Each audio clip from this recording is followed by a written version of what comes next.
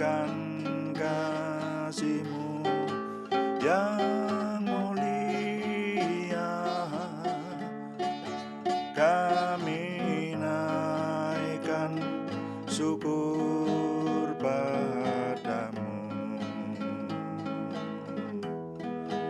Kami naikkan syukur padamu.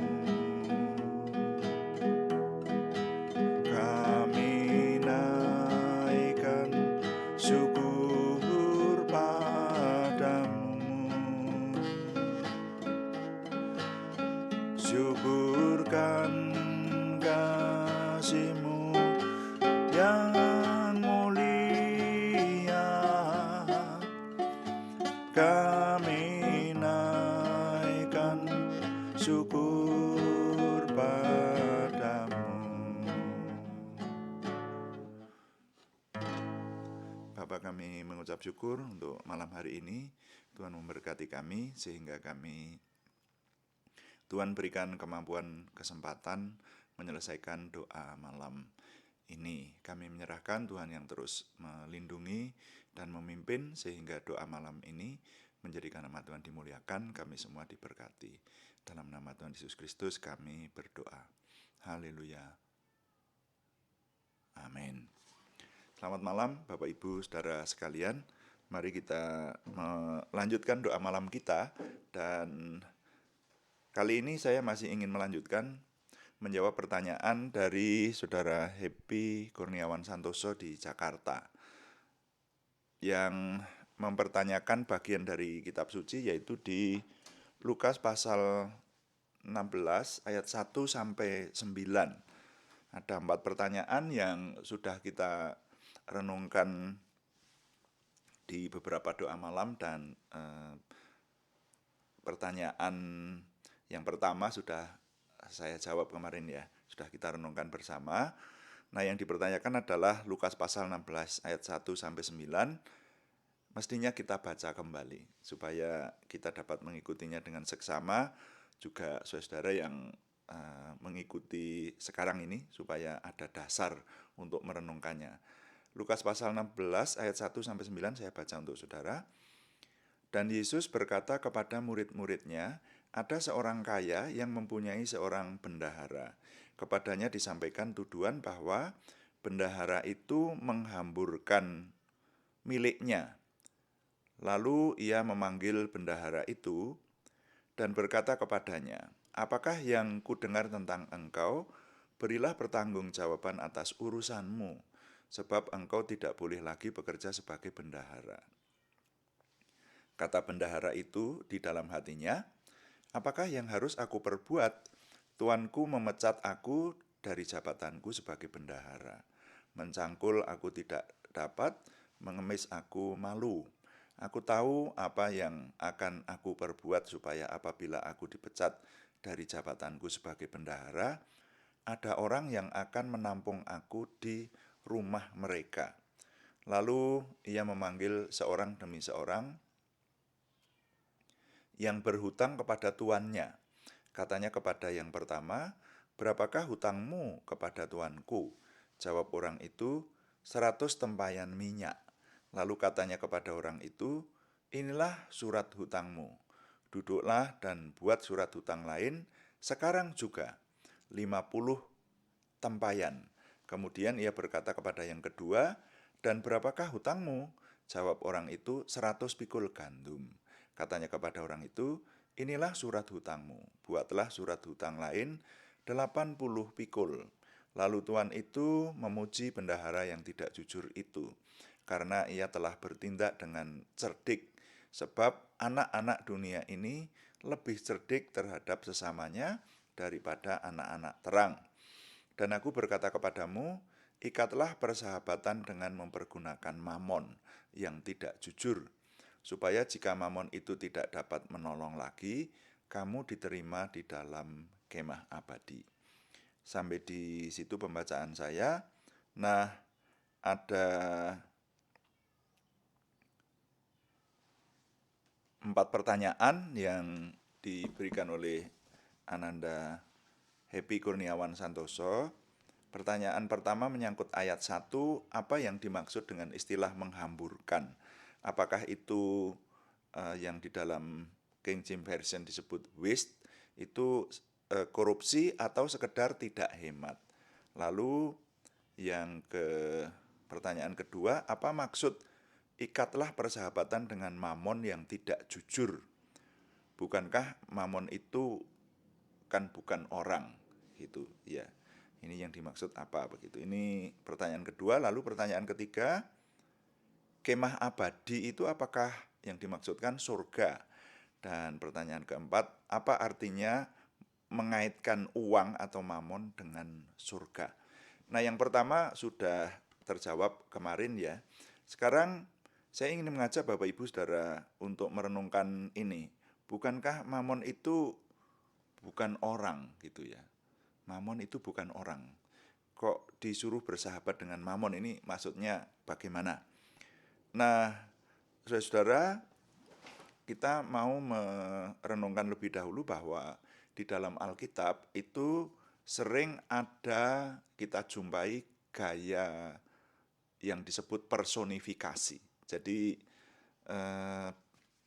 ada barang-barang atau benda-benda mati yang dianggap bisa melakukan sesuatu seperti benda hidup.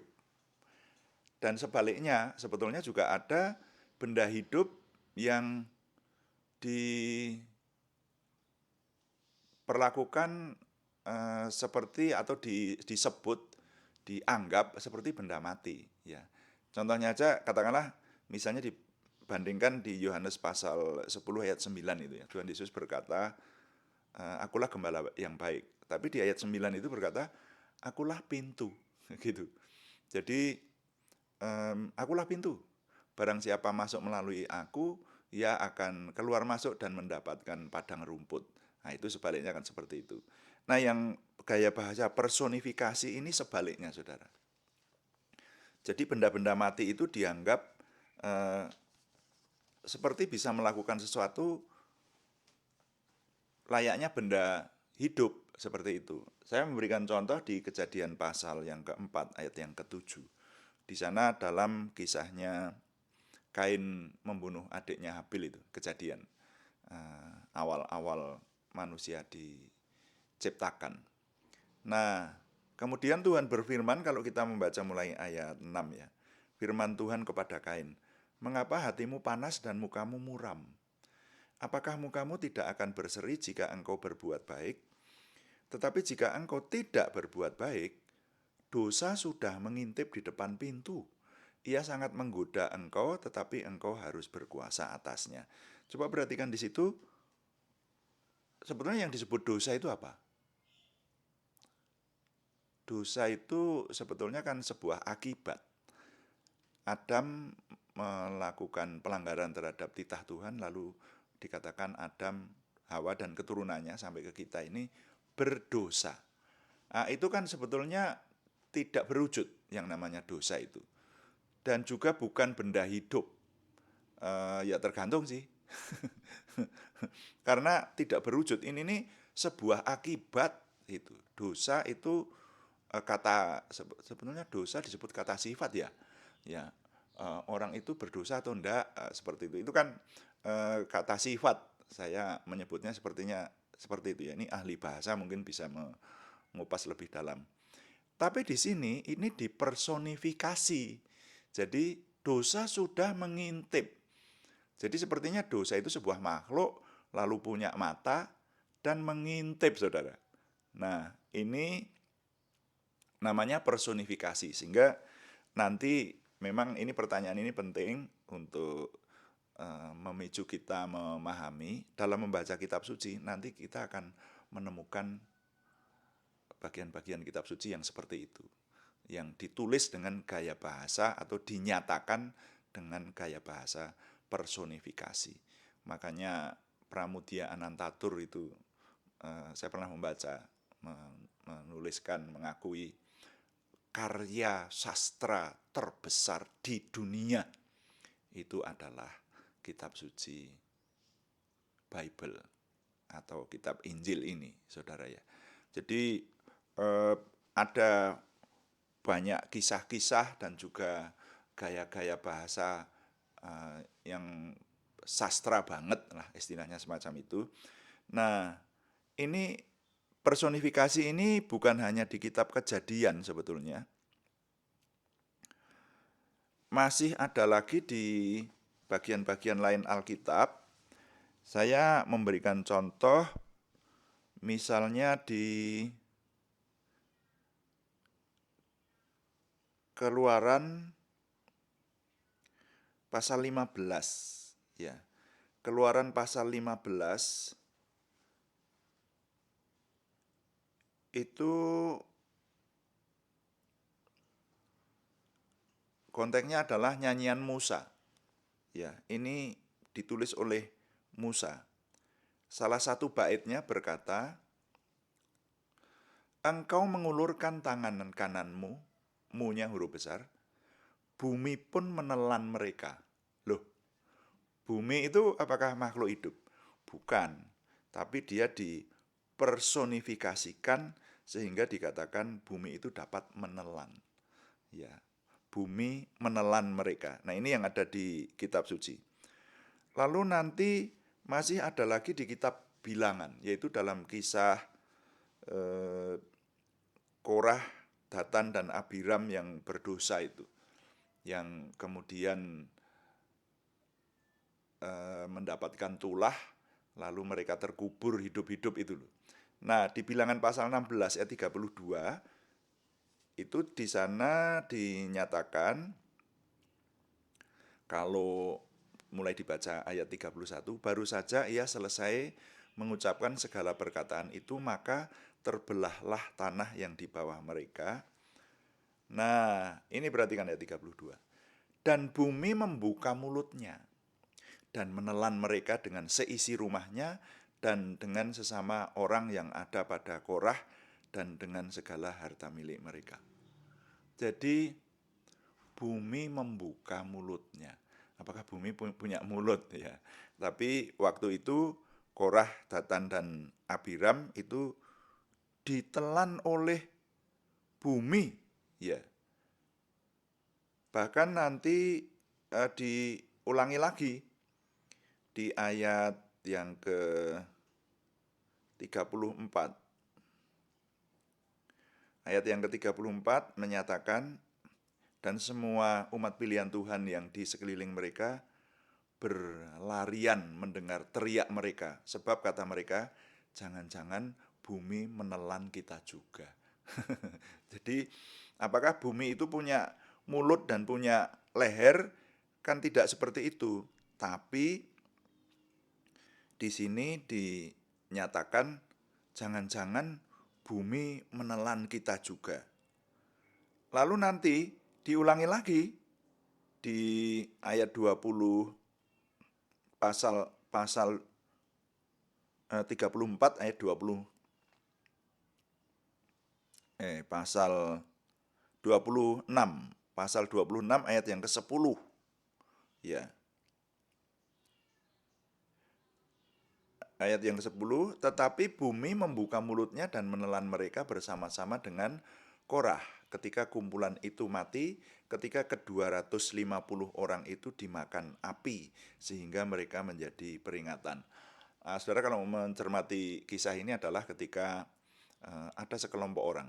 Nah, rupanya dituliskan di sana semuanya 250 orang yang tidak taat kepada Tuhan, melakukan dosa di hadapan Tuhan, yaitu bersama dengan Korah, Datan, dan Abiram. Nah, lalu ditelan oleh bumi. Nah, jadi bumi itu dipersonifikasikan sebagai yang bisa menelan seperti itu. Dan sebetulnya masih banyak lagi di Mazmur 106 misalnya ya. Mazmur 106 pada ayat yang ke-17, bumi terbuka dan menelan Datan, menutupi kumpulan Abiram. Jadi diulang-ulang. Nah, itu nanti ada banyak saudara-saudara. Bahkan bukan hanya bumi menelan, tapi juga ada personifikasi yang lain, yaitu mengenai angin dan air. Kalau kita membuka kitab Yeremia pasal yang ke-47 ayat yang kedua, firman Tuhan berkata begini, beginilah firman Tuhan, lihat air yang meluas mengamuk dari utara, menjadi sungai yang membanjiri negeri serta isinya, kota serta penduduknya, manusia akan berteriak dan seluruh penduduk negeri akan meratap. Nah, jadi firman Tuhan di sini berkata, air mengamuk. Sebetulnya istilah mengamuk itu apa sih? Marah, ya, marah banget, ya, murka gitu. Dan marah yang disertai dengan tindakan itu mengamuk. Nah, air itu kan bukan manusia juga, tapi di situ dikatakan air akan mengamuk, ya. Dan bahkan bukan hanya air, saudara, tapi laut dikatakan. Laut itu oleh kitab suci disebut dengan personifikasi. Laut bisa mengamuk. Itu ada di Yunus pasal 1, Yunus pasal 1 ayat yang ke-15. Jadi Anda ingat kisahnya Yunus? Yunus itu melakukan ketidaktaatan karena disuruh oleh Tuhan untuk pergi ke kota Nineveh, ya, betul ya? Ya, itu tetapi Yunus berbelok jalan. Ya. Dia berlayar justru ke tempat lain. Itu kan begitu ceritanya. Maka kemudian kapalnya diombang-ambingkan oleh gelombang dan angin taufan. Sehingga mereka yang ada di dalam kapal itu berkata, ini ada yang berdosa terhadap Tuhannya. Sehingga kita dipermainkan oleh laut itu, ya, diombang-ambingkan oleh gelombang itu. Nah, makanya kemudian mereka mencari dan Yunus akhirnya mengaku karena dia tidak taat kepada Tuhan. Nah, kemudian wah, terus bagaimana ini? Yunus berkata, lemparkan saja aku ke laut. Wah, ini cerita yang cukup menarik juga. Jadi hamba Tuhan yang tidak taat kepada Tuhan sampai stres seperti itu berkata, mati sajalah. Nah, itu kalau suruh melemparkan ke laut kan berarti lebih memilih mati si Yunus ini.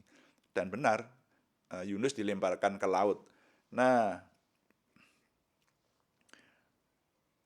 lalu diceritakan di Yunus pasal 1 ayat 15, kemudian mereka mengangkat Yunus, lalu mencampakkannya ke dalam laut, dan laut berhenti mengamuk. Nah, yang terpenting saya ingin menunjukkan kepada saudara bahwa laut dikatakan juga mengamuk. Apakah laut itu manusia? Bukan, tapi namanya dipersonifikasikan sebagai manusia. Nah, jadi nanti saudara-saudara, dalam memperhatikan firman Tuhan, itu kita jangan bingung kalau semacam ini, ya. Jadi jangan menjadi pertanyaan yang pada akhirnya justru membingungkan untuk renungkan yang lebih dalam arti dari rahasia-rahasia firman Tuhan. Bahkan nanti di perjanjian baru juga dituliskan, ada personifikasi semacam itu. Yaitu di Matius pasal 8 ayat 24. Itu adalah kisah ketika Tuhan Yesus bersama murid-murid di dalam perahu. Coba baca aja. Matius pasal 8 mulai ayat 23. Lalu Yesus naik ke dalam perahu dan murid-muridnya pun mengikutinya. Sekonyong-konyong mengamuklah angin ribut di danau itu, sehingga perahu itu ditimbus gelombang, tetapi Yesus tidur. Nah, perhatikan, sekonyong-konyong mengamuklah angin ribut di danau itu. Jadi air, angin itu dikatakan bisa mengamuk. Lalu nanti kalau kita melihat di Markus pasal yang keempat itu hampir sama. Pada ayatnya yang ke-37, lalu mengamuklah taufan. Nah, di sini dikatakan taufan yang sangat dahsyat, dan ombak menyembur masuk ke dalam perahu sehingga perahu itu mulai penuh dengan air. Ini dalam peristiwa yang sama. Jadi Tuhan berserta dengan murid-muridnya ada di dalam perahu, lalu danau atau angin atau taufan disebutkan mengamuk. Ini namanya personifikasi. Nah, saudara, rasanya kali ini kita mengerti istilah dulu ya, karena pertanyaan ini penting saya jawab, dan minta maaf untuk mengerti istilah saja waktunya sudah habis kali ini. Nggak usah terburu-buru, karena besok masih ada lagi. Jadi saya ingin melanjutkan menjawab pertanyaan berikutnya. Tadi pertanyaannya adalah, bukankah Mamon itu bukan orang, tapi kok bersahabat dengan Mamon, seperti itu ya. Itu sebetulnya kalau di bahasa umum banyak kita jumpai juga. Katakanlah misalnya personifikasi itu, bulan tersenyum indah, gitu ya toh. Lalu apalagi alam tidak bersahabat. Itu. Kenapa alam? Karena tiba-tiba ada angin puting beliung, lalu orang berkata, wah, alam tidak bersahabat. Nah, itu namanya personifikasi. Nah, yang semacam ini akan kita gunakan sebagai modal dalam kita meneliti firman Tuhan selanjutnya. Mudah-mudahan jawaban-jawaban yang saya sampaikan, maksud saya dengan seksama, pelan-pelan semacam ini sangat membantu dalam kita mengartikan, merenungkan firman Tuhan, sehingga kita tidak bingung, terutama kepada penanya, sehingga kita tidak salah mengerti tentang firman Tuhan. Tuhan dipuji, amin. Mari kita melanjutkan dulu dengan melayani Tuhan dengan doa. Saudara-saudara sekalian, kita akan berdoa syafaat dan juga berdoa untuk nama-nama yang dalam minggu ini harus kita naikkan di hadapan Tuhan dalam doa. Kita melayani Tuhan dengan doa dan berkata, kuduskan tempat ini, kuduskan hati kami, supaya kami dapat berdoa dan menyembah. Kuduskan tempat ini untuk kami berdoa. Kuduskan hati ini untuk kami menyembah. Biar segala perkara ku serahkan padamu, Yesus, dan Roh Kudus bekerja membimbing kami semua.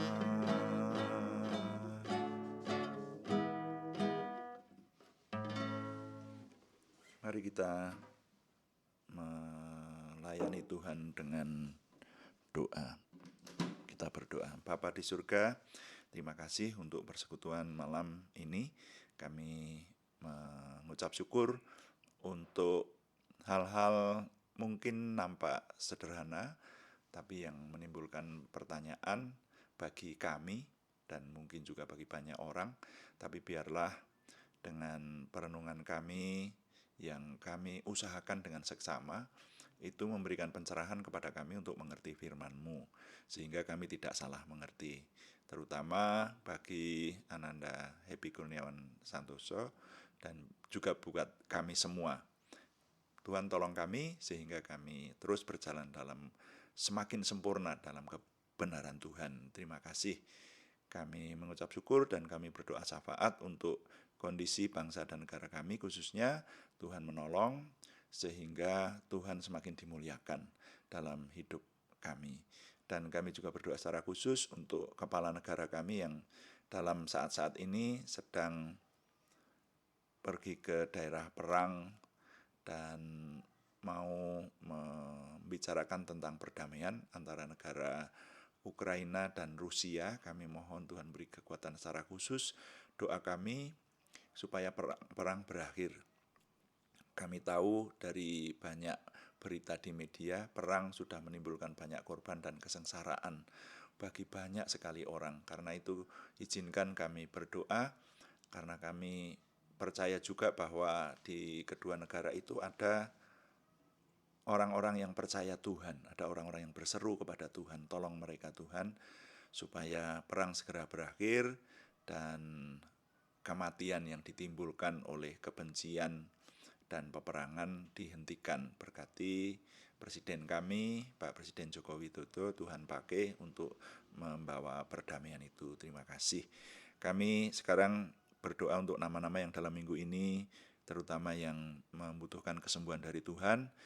Kami ingin menaikkannya kepada Tuhan. Nama-nama ini Tuhan berikan kesembuhan. Bahkan juga yang tidak kami sebutkan namanya, tetapi yang ikut berdoa ini, yang membutuhkan pemulihan dan kesempurnaan pertumbuhan jasmaniah.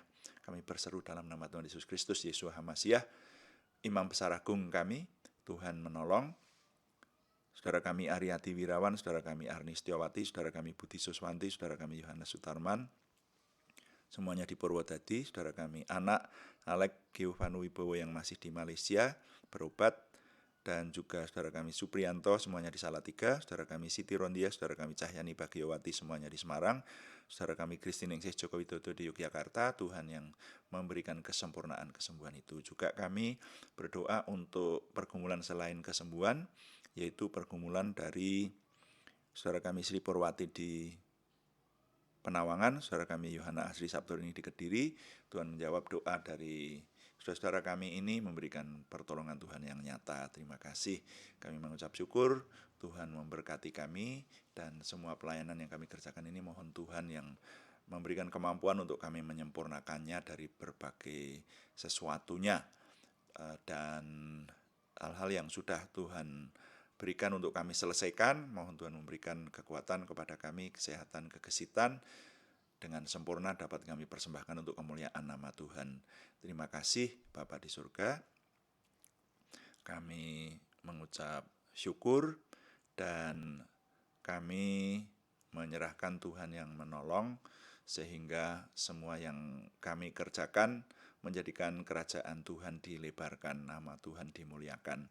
Kami mengucap syukur setiap hari Tuhan memberikan kepada kami rahasia firman Tuhan yang luar biasa, yang memberikan kepada kami semakin memiliki pengenalan akan Tuhan, percaya diri, antusiasme, optimisme dalam Tuhan, semangat dan bergairah menyambut masa depan kami untuk menang bersama dengan Tuhan.